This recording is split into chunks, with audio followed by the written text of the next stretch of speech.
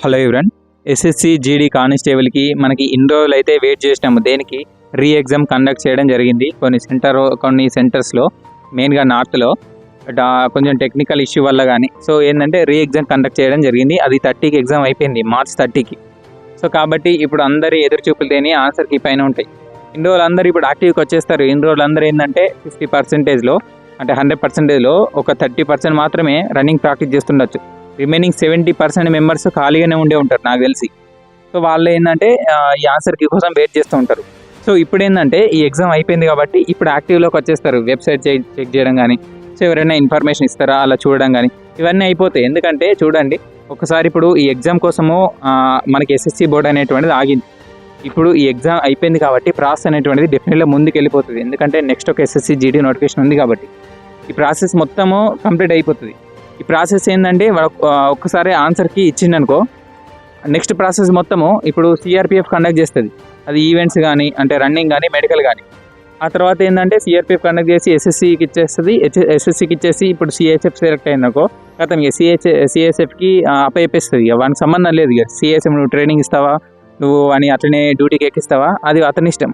అలా ఏంటంటే కండక్ట్ చేసినాము, మీరు రిక్రూట్మెంట్ చేసినాము, ఇగో ఇంతమందిని అయితే మేము ఫిల్టర్ చేసి మీకు ఇస్తున్నాము, వీళ్ళు ఆనిముత్యాలు అని చెప్పేసి అక్కడ మనకి ఏ ఫోర్స్ అయితే ఆ ఫోర్స్, సిఆర్పిఎఫ్ అయితే సిఆర్పిఎఫ్, బీఎస్ఎఫ్ అయితే బీఎస్ఎఫ్ ఎవరి దానికి ఇచ్చేస్తుంది. ఇచ్చేసిన తర్వాత వాళ్ళప్పుడు నెక్స్ట్ ప్రాసెస్ చూసుకుంటారు. మేము ఇప్పుడు ట్రైనింగ్ పిలవాలి, ఇప్పుడు పిలవాలి అని చెప్పేసి. ఇది నెక్స్ట్ జరిగే ప్రాసెస్. ఇది ప్రజెంట్ ఏంటంటే ఇప్పుడు మనకి ఆన్సర్కి అనేటువంటిది ఏంటంటే ఒక ఈ ఏప్రిల్ 1 వీక్ లోపు అయితే డెఫినెట్గా రావడానికి ఛాన్స్ ఉంది. సో దీనికి రీజన్స్ ఏంటంటే ఇప్పుడు ఇవే నేను చెప్పేది. ఎందుకంటే ఫాస్ట్గా అయితే మనకి నోటిఫికేషన్ ప్రాసెస్ అయితే ముందుకు వెళ్ళిపోతూ ఉంటుంది. ఒకటి మనకు తెలియకుండానే డేట్స్ వచ్చేస్తుంటాయి. సో ఈ 1 వీక్ లోపు అయితే మనకి డెఫినెట్గా ఆన్సర్కి రావాలి. నా అనాలిసిస్ ప్రకారం ఆన్సర్కి వచ్చిన తర్వాత మళ్ళీ రన్నింగ్కి డేట్ ఎప్పుడు ఇస్తాడు. ఇప్పుడు గుర్తుపెట్టుకోండి, ఇంతకుముందు కూడా చెప్పినాను నేను, ఇప్పుడు కూడా చెప్తున్నాను. మనకి ఈవెంట్స్కి డేస్ అనేటువంటిది, ఈవెంట్స్కి ప్రాక్టీస్కి మనకి తక్కువ రోజులు ఇవ్వడానికి ఛాన్స్ ఉంది. ఎందుకంటే ప్రాసెస్ని ముందుకు తీసుకెళ్లాలంటే వాడు ఒక 1 మంత్ లోపు 1 మంత్ ఇస్తే మనం అదృష్టవంతులమే. 1 to 45 days ఇస్తే ఏం కాదు, నో ప్రాబ్లం. సో అప్పుడు మనము రీఫ్రెష్గా మనము రన్నింగ్ ప్రాక్టీస్ చేసుకున్నా ఏం కాదు. సో లేదు, ఇంత టైం మేము ఇవ్వట్లేదు, సో తక్కువ 15 రోజులు 20 రోజులు కండక్ట్ చేస్తున్నాను అన్నాడనుకో, సో అప్పుడు మన బతుకు గోవింద అయిపోతుంది.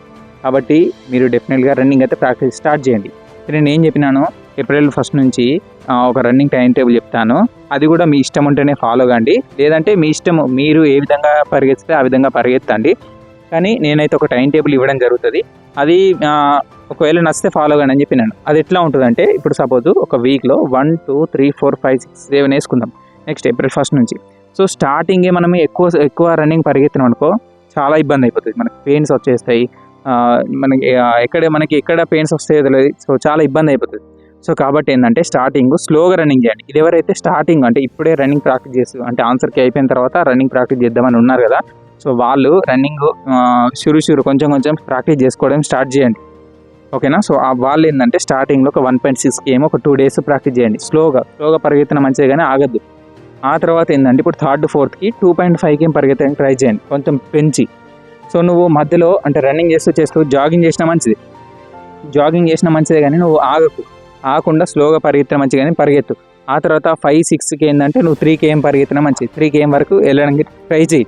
సో నా టార్గెట్ ఇది అని చెప్పేసి నువ్వు పరిగెత్తి సో నువ్వు లాస్ట్ వీకెండ్కి ఏంటంటే లాంగ్ రన్ చేసుకో. ఆ లాంగ్ రన్ రోడ్డుకు పరిగెత్తు. సో నువ్వు ఈ ప్రాక్టీస్ అంతా నువ్వు ఇక్కడ గ్రౌండ్లో వేసుకున్నా పర్లేదు, గ్రౌండ్లో వేసుకొని నువ్వు వీకెండ్కి అయితే డెఫినెట్లీ వీక్లీ ఒకసారి అయితే నువ్వు రోడ్కి అయితే పరిగెత్తడానికి ట్రై చేయి.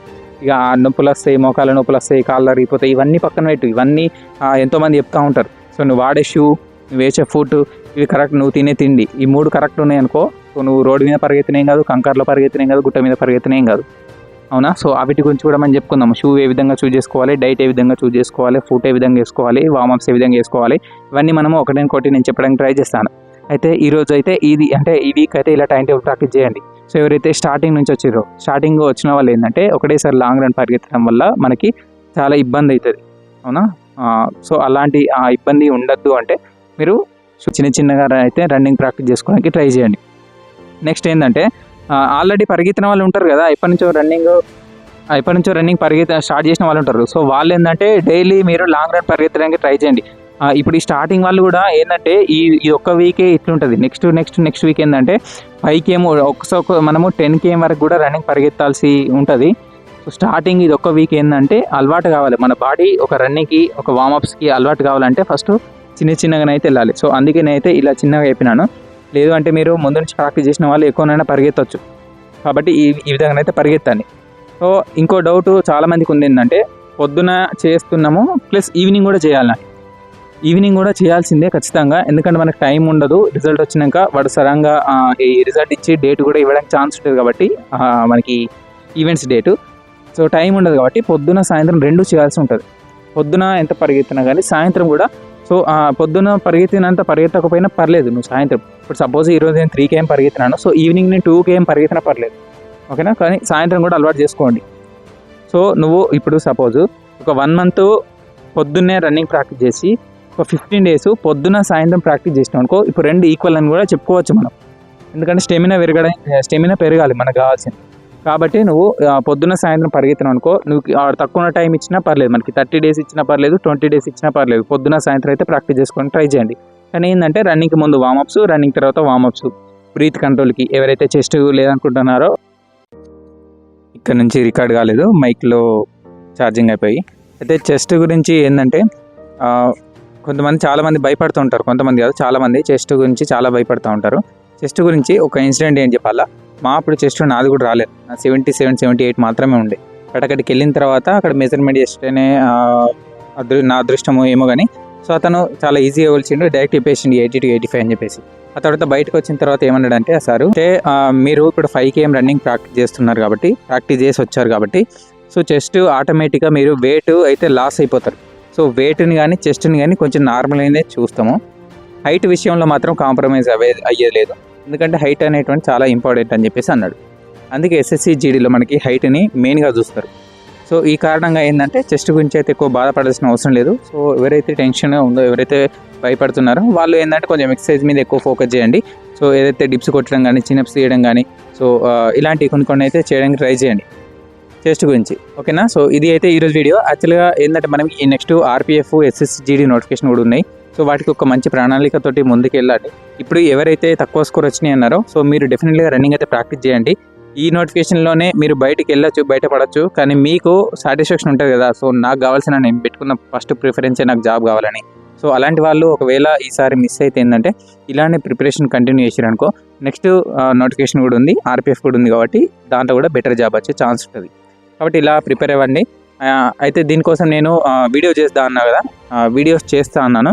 యాక్చువల్గా April 1st నుంచి వీడియో చేద్దాం అనుకున్నాను, బట్ ఏంటంటే సడన్గా నాకు ఢిల్లీ నుంచి ఈ గ్వాలియర్ ఎయిర్పోర్ట్కి, మధ్యప్రదేశ్లోని గ్వాలియర్ ఎయిర్పోర్ట్కి చేంజ్ అయింది.